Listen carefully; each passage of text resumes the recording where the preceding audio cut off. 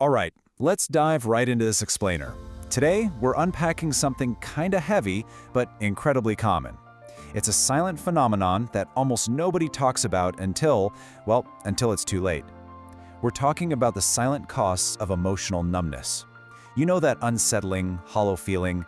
That moment you suddenly realize you've completely lost the ability to genuinely feel the joy in your everyday life? Yeah, that's what we're looking at today. So I want you to really reflect for a second here. When did you actually stop feeling? Can you pinpoint the exact day you started smiling a little less, feeling less, caring less than you used to? The crazy thing is, for most of us, there isn't some massive, dramatic event that just flips a switch. It's way, way more subtle than that. Which brings us to part one, the fading of joy. And this really is a silent shift. Because becoming emotionless, it definitely doesn't happen overnight. It creeps in slowly, totally under the radar. Think about your then. Remember when small things brought you genuine, undeniable happiness? A simple chat with a friend just felt deeply engaging. A real belly laugh. Having dreams about your future that actually gave you butterflies. Even your favorite music just hit different back then, right? Like you could feel the rhythm right in your chest. Now, compare that to your now. You smile less, you feel less, you just care less. The whole shebang feels flat, almost like someone grabbed the remote and turned down the color saturation on your entire life.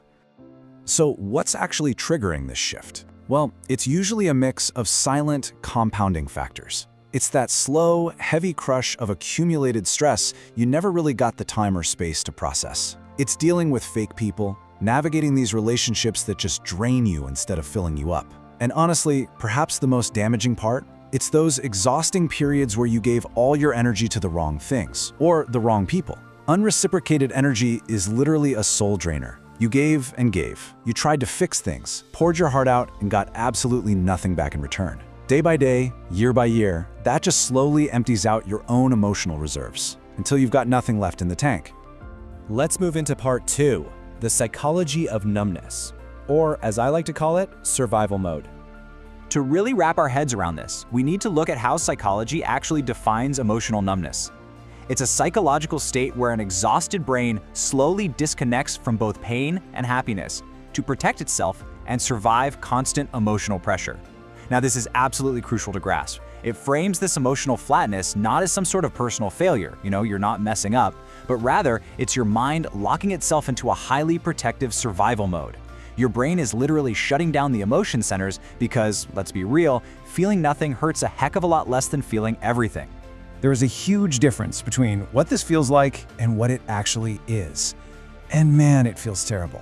It feels like you're weak or like you're fundamentally broken because you can't even muster a smile or get excited when objectively good things happen anymore. You get a promotion, a buddy visits, and you just feel empty. But the reality? You are not broken. Your mind is just deeply, profoundly exhausted. It's been shielding you from pain, stress, and disappointment for so long that it essentially had to pull the plug and shut the entire system down just to keep you walking forward. Okay, moving right along to part three, the illusion of maturity and the very real danger of, quote-unquote, not caring. I don't care anymore.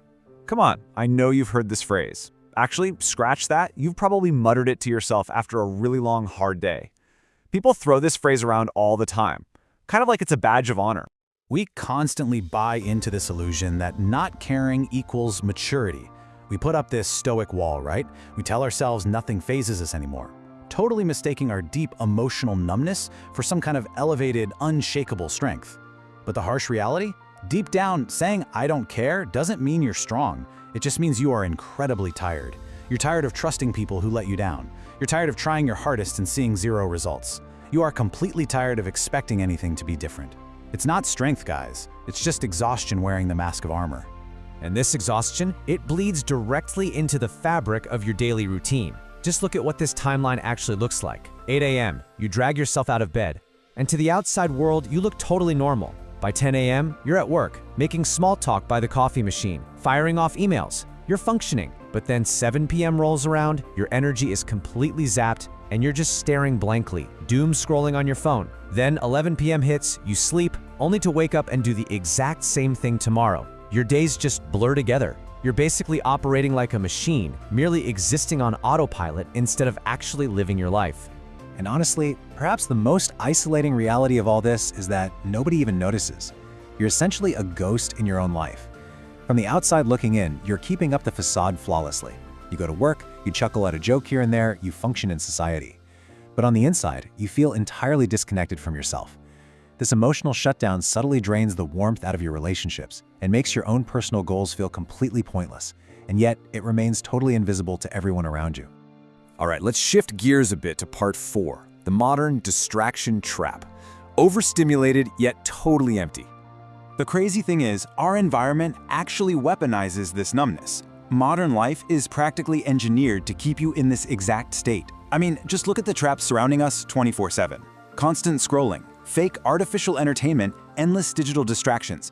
We're living in an ecosystem designed to keep your brain massively overstimulated, just bouncing from one micro-dopamine hit to the next, all while your actual soul is slowly running on empty. You end up being simultaneously exhausted and completely overwhelmed. How wild is that? We are constantly trading genuine connection for just noise. But think about it. What do real emotions actually require to process? They need the exact opposite of what modern life gives us. They require silence. They need quiet reflection. They demand a deep, unplugged connection with ourselves and with other people. But we're so terrified of the silence and so relentlessly distracted that we literally never slow down enough to process what we're truly feeling. So we just keep pushing it all down, burying the exhaustion deeper and deeper.